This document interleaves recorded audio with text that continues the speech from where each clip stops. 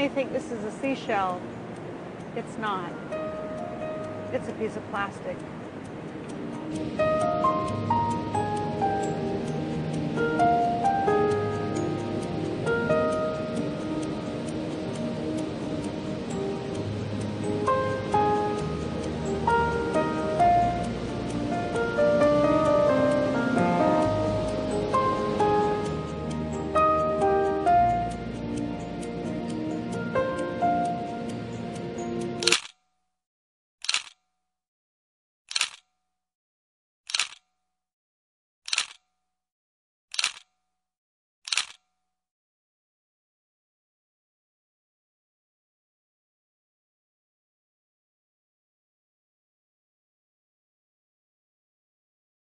Welcome, everybody. It's great to see you here. Welcome to Art 101 and the Ashore project. And it's an idea I had where we can pull off plastic from the beaches and styrofoam and things that you'll see as you're walking down the beach, bringing them into Art 101, washing them off, processing them, and turning them into art supplies. And then with those art supplies, we're going to create giant sculptures and things for an exhibit. Washed Ashore is about plastic in the ocean and our use of plastics and things washing up. And now that I'm picking stuff up off the beach that's plastic, suddenly made me start thinking about, should I be using any plastic that I've actually purchased, or should I have only the plastic that I've found on the beach? And it's going to change my whole way of working, which is a real challenge. Within, say, the past 100 years, suddenly all of these animals, every animal on the planet is challenged with undigestible bits of plastic that's out there right now. Entanglement is basically when a marine animal gets caught in some type of debris, usually around its neck or its body. These bands are found on bait boxes when fishermen take bait boxes out to sea.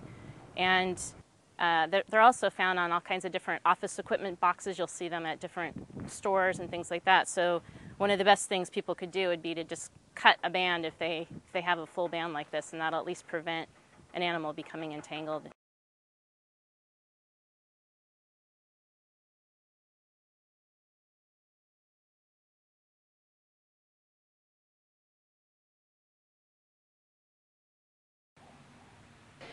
When Angela was first writing the grant, she got in touch with us and asked if there was a way we'd like to be involved. And of course, we welcomed the opportunity because for one reason, this is our environment, and we Earth Day, taking care of the earth every day, has always been a priority for us. And so we want to teach awareness about taking care of the earth. We're at Ocean Crest Elementary School in Bandon, and this is the Washed Ashore project in action. This is kids working with the stuff from the ocean and making art out of it. This is my passion. Arts education, environmental education together, and they are having a great time. We're able to have discussions with kids about what belongs on the beach, what doesn't belong on the beach, and what they're going to do about it. I think it's bad that people are doing this for the earth.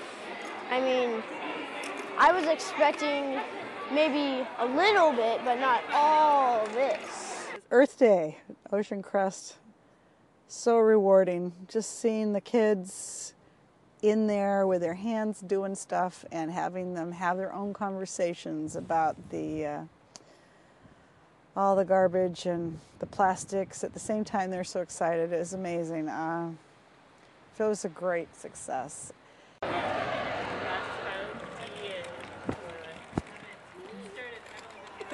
We have had several cleanup projects all over the Caribbean, but we have not seen anybody adopt it like this. I think it's really cool. It's really original. You wouldn't think, you'd think pick it up off the beach and throw it away in a trash can, but you wouldn't think where it goes after that. But if you turn it into art, it's going to be something that isn't thrown away and polluting anymore. I started doing my whole See Things art work kind of right as my husband Craig started not doing real well. He started having some problems and we didn't know what was going on.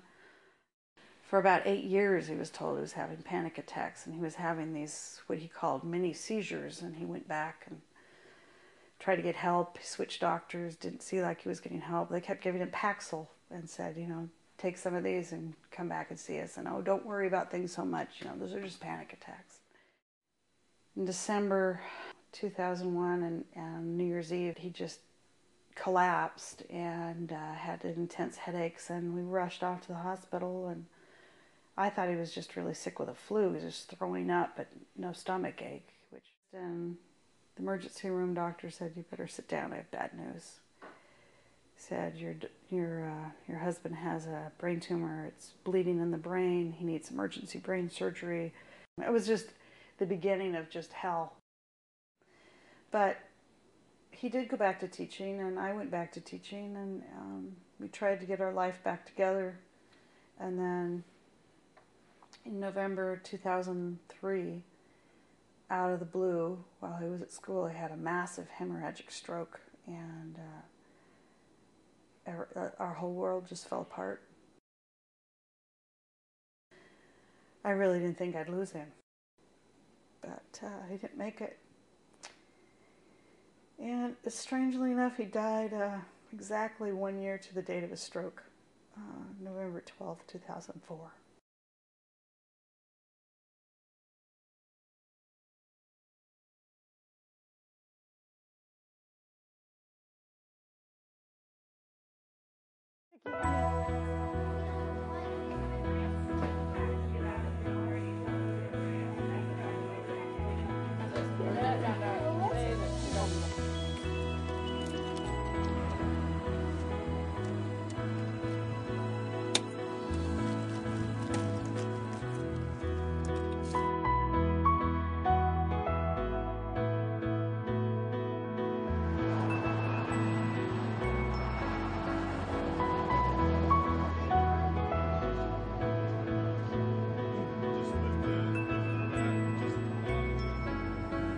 Basically, all this is garbage off of our beaches, and this is happening all around the world.